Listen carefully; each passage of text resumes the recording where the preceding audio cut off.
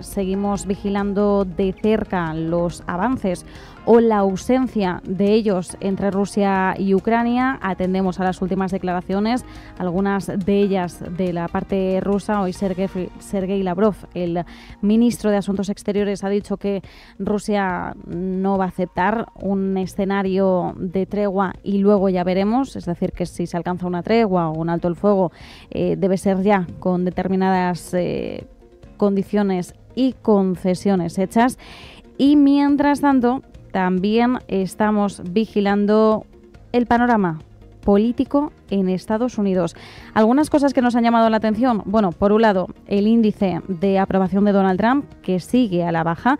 Ya hablábamos de ello en la revisión, el análisis que hacíamos a los 100 días de Donald Trump. Bien, pues lleva más de 100 días de mandato y seguimos viendo un índice que baja. Y por otro lado, Donald Trump Jr., su hijo, que, bueno, no sabemos, no queremos especular, pero quizás podría ser la clave del mensaje MAGA 2028. Y entre todo esto, nueva bronca en el despacho Oval, bronca 2.0. La primera fue entre Trump y Zelensky y esta vez Donald Trump ha humillado al líder sudafricano. Acusa al presidente de estar liderando un país que comete genocidio contra los agricultores blancos. Bien, vamos a analizar todas estas cuestiones con Guillermo Santos, socio director de iCapital. Guillermo, ¿qué tal? ¿Cómo estás? Hola, muy bien. ¿Cómo estáis? ¿Qué hay? Muchas gracias por acompañarnos. Y Moisés Ruiz, profesor en la Universidad Europea y experto en liderazgo y comunicación. Moisés, ¿qué tal? ¿Cómo te encuentras? ¿Qué tal? Muy bien, Marta. Encantado de estar de nuevo con vosotros. Bueno, os pillo en casi la ultimísima hora, porque sí que me gustaría que habláramos en primer lugar de esta última cuestión mencionada, la nueva bronca que se produce en el despacho Oval, que inevitablemente la comparativa nos resulta un escenario tan familiar respecto a lo que vimos hace unos meses con Zelensky, que ya nos estamos preguntando si esta va a ser una dinámica habitual en esta administración. Guillermo, unas primeras sensaciones. Bueno, el tema de Sudáfrica, como sabemos, es altamente desconocido en Occidente y es un país pues, que ha experimentado cambios notables desde el punto de vista político en los últimos 20 años, 20 y pico años, por el giro, ¿no?, que experimentó de una, vamos a decir, apartamiento y casi arrinconamiento de la población negra, a lo que ahora se le acusa por parte de Trump. Pero sabemos que a Trump lo que más le gusta son los charcos. Al presidente, que es negro, no es Mandela, que falleció, es otro, es más negro que Mandela, y se le acusa de lo contrario, ¿no? Sudáfrica es un país bastante grande y es un país altamente agrícola, ¿no?, con una, vamos a decir, idiosincrasia agrícola muy especial, ¿no? Y entonces, claro, es muy difícil al final saber si son los agricultores blancos los que huyen o realmente hay un problema con agricultores negros, o hay un problema político de normativa. En fin, sinceramente todavía carecemos de información para valorarlo lo suficiente. Lo que sí que está claro es que a Trump le habrán pasado algún informe a alguien de su equipo y le habrá dicho: mira, fíjate que hay familias que van denunciando una persecución, lo que le llaman allí los afrikaners, que denuncian una persecución racial, y el gobierno de Sudáfrica pues lo niega, ¿no? Como no puede ser de otra manera, porque sería tremendo, ¿no? Sería el mundo al revés, ¿no?, con respecto a lo que sucedió.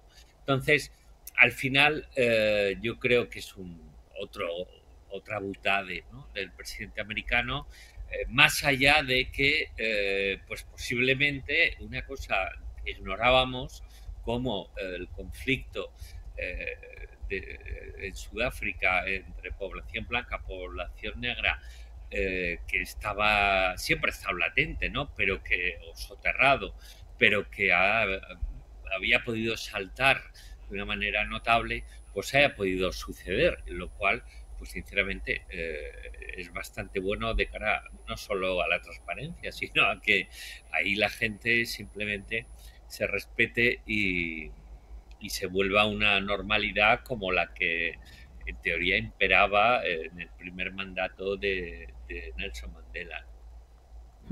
Bueno, efectivamente, como bien dices, Trump ha señalado que los africanos son víctimas de genocidio en Sudáfrica.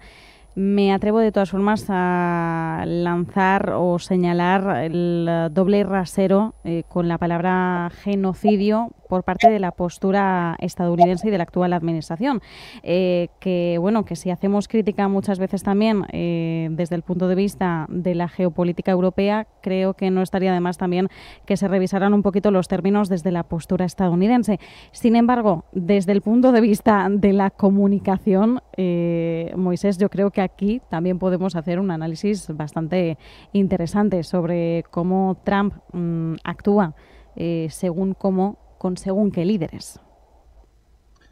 A ver, yo no sé, desconozco si efectivamente existe eso que denuncia Donald Trump en Sudáfrica. No sé hasta qué niveles, si es tan lacerante o semejante al apartheid, lo desconozco.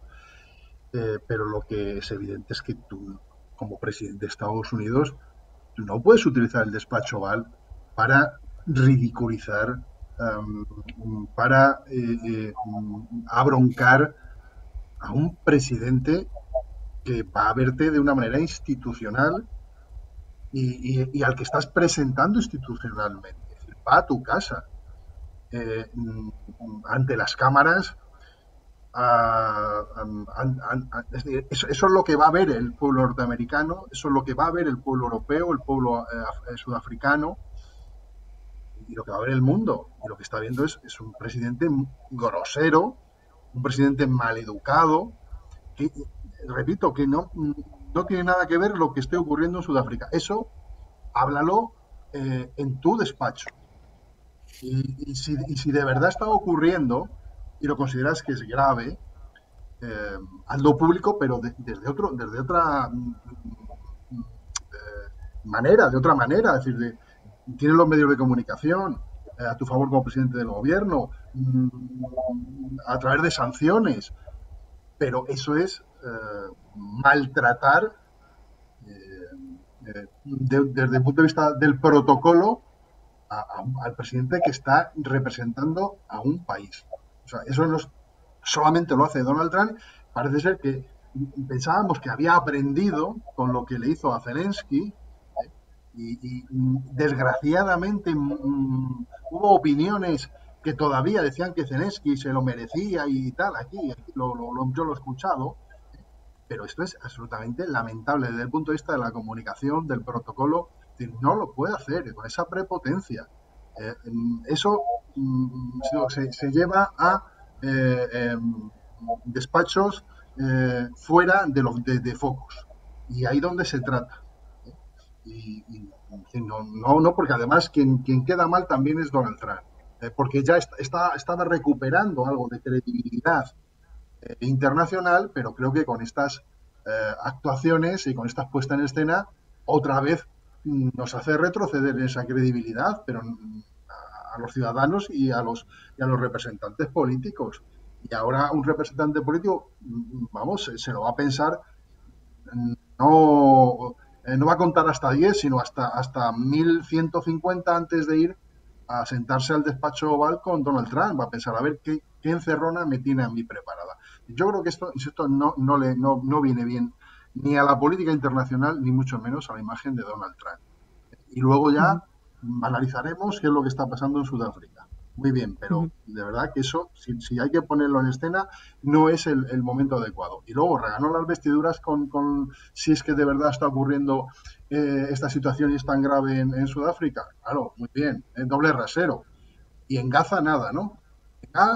Como son gazatíes, pues bueno, ya eso es otra cosa, ¿verdad? Porque, en fin, miramos para otro lado. Esto no está bien, no está bien. Pero vamos, lo que ha hecho hoy Donald Trump, una vez más, en fin, que pensábamos que se había ya normalizado y nada, sigue siendo el mismo. Sigue siendo poco fiable. Efectivamente, bueno, independientemente de lo que ocurra en Sudáfrica, sí que podemos citar las declaraciones que ha hecho su líder en medio de las acusaciones directas de Trump.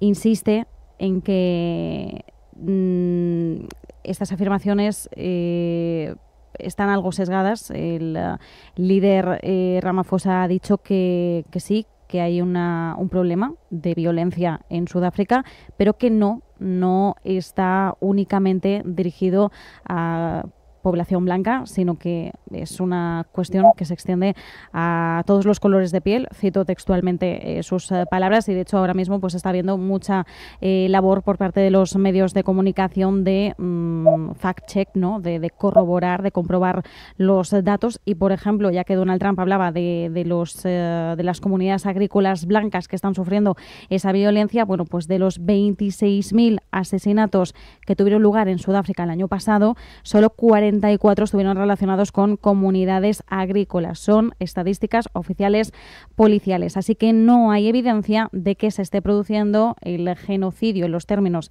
en los que lo está comunicando, lo está dirigiendo la administración Trump, pero efectivamente, bueno, esta es la primera línea de información. Necesitamos también más detalles, que entendemos que también, si esta situación se agrava todavía más, proporcionarán las fuentes oficiales. Sin embargo, se está hablando de falsas afirmaciones o afirmaciones que son poco exactas. Puede ser que esté habiendo violencia, pero no de la forma en la que lo está diciendo la administración Trump. De todas formas, como bien nos decías, Moisés, Trump está utilizando el despacho Oval para abroncar a líderes y, bueno, es una táctica que no habíamos visto de otra forma, y lo hace además en directo, lo hace delante de periodistas para que los medios de comunicación recojan esas imágenes.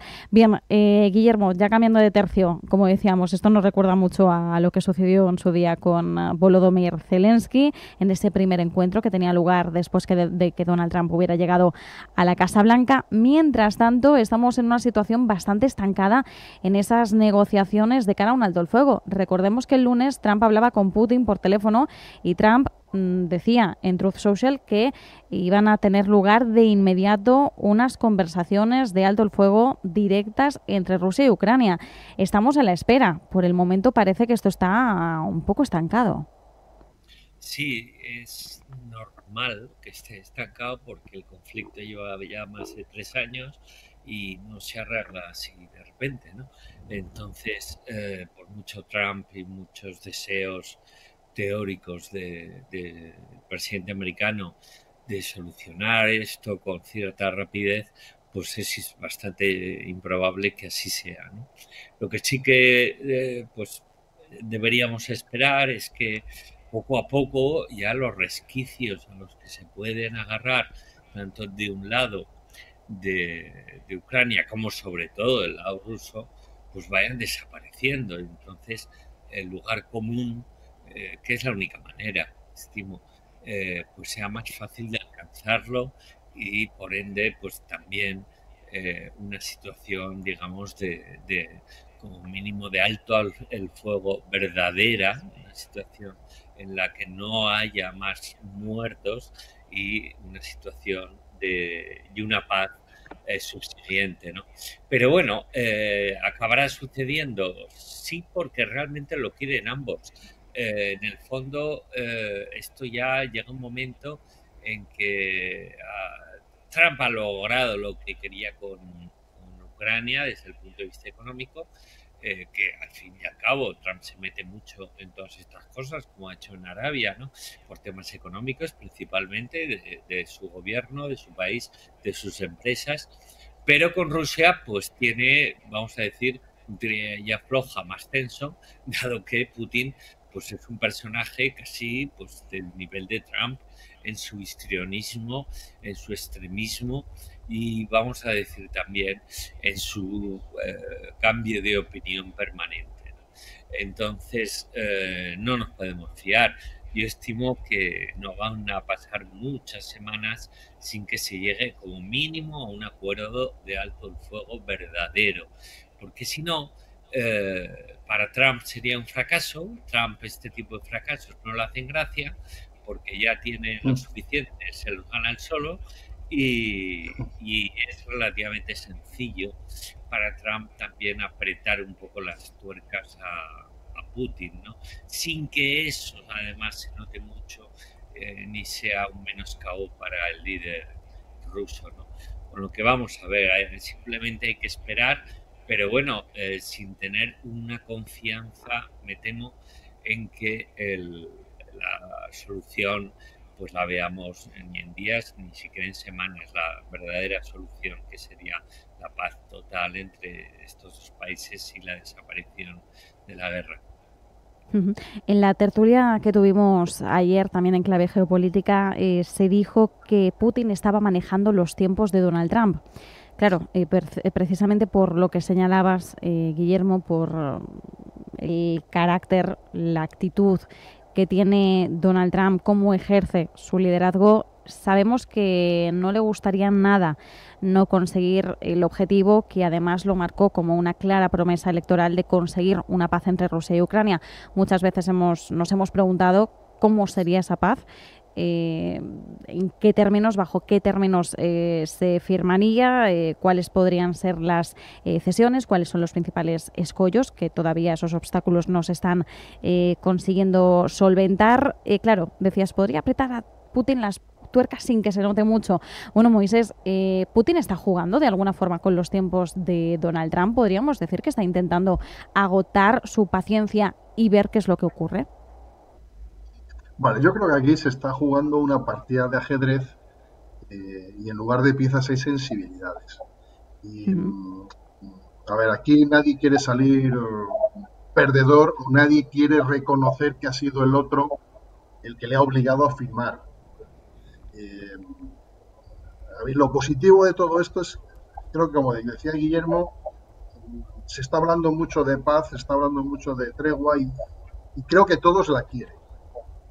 Y no sé lo que tardará en llegar, porque insisto que aquí hay cambios de opinión, nadie quiere quedar como el seguidor de la idea del otro, nadie quiere eso, jugar con los tiempos, que jueguen con sus tiempos. O sea, es que aquí hay un alto grado de sensibilidad y hay que tratarlo. Esto es peligroso, es un campo de minas llenas de sensibilidad y esto también hay que tenerlo en cuenta. Creo que el portavoz del Kremlin ha dicho que se está utilizando un lenguaje inadmisible, ¿no?, de ultimátum. Y probablemente tenga razón, es decir, hay que tener cuidado, que nadie está vencido y con Putin mucho menos. Además, la cultura rusa no es la misma que tenemos aquí en Europa, y Putin va a aguantar y no tiene esa empatía que demandamos aquí, ni ese buenismo que demandamos en los liderazgos europeos. No lo tiene en absoluto. Y por otro lado, Donald Trump sí se ha empeñado en que esto salga adelante. Ya ha conseguido tener el control de las tierras raras y ahora evidentemente tiene algo que defender. Ya no le interesa que bombardeen ese lugar donde él tiene unas tierras raras, que lo que ya precisa es explotarlas cuanto antes, pero desde el punto de vista económico. Entonces yo creo que hay un juego de sensibilidades y tenemos que tener paciencia, pero desde el punto de vista positivo, creo que tardará, pero llegará, porque es que no hay otro camino. Es que en el fondo Putin tampoco quiere demostrar que está acorralado, pero en cierta manera lo está. No avanza tanto como él quería, o sea, lleva 3 años y medio. Tampoco ha conseguido lo que pretendía. Y si además Putin, o sea, Donald Trump, ya no está en el abrazo con el que estaba con Putin hace unos meses, pues eso, en fin, no le viene en absoluto bien, y yo creo que necesita también de alguna manera que esto acabe. Y no te digo nada Zelensky, ¿no? La cosa es que, bueno, en fin, una cosa es la tregua, que insisto, creo que llegará. y hay que tratarla con mucho cuidado, desde todas las perspectivas, con mucho cuidado, que nadie se sienta perdedor en esa tregua. Luego la negociación de paz, que eso va a durar mucho más, porque claro, si a Putin le dan todo lo que quiere, la guerra se acaba enseguida, pero no es así. Entonces, yo creo que todavía tenemos que esperar y con mucha cautela, que las sensibilidades cuentan también mucho en este momento. Desde luego. Os voy a pedir ahora brevedad porque os voy a hacer la misma pregunta y nos queda ya poquito tiempo, así que más o menos un minuto para cada uno para que calculéis. Donald Trump Jr., el primogénito de Donald Trump, en el Foro Económico de Qatar, en Doha, le han hecho la pregunta de si él podría postularse a la Casa Blanca y bueno, él lo ha dejado ahí, no ha dicho ni sí ni no, ha dicho que en algún punto él podría sentir, ¿no?, que hay un llamado hacia esas vías.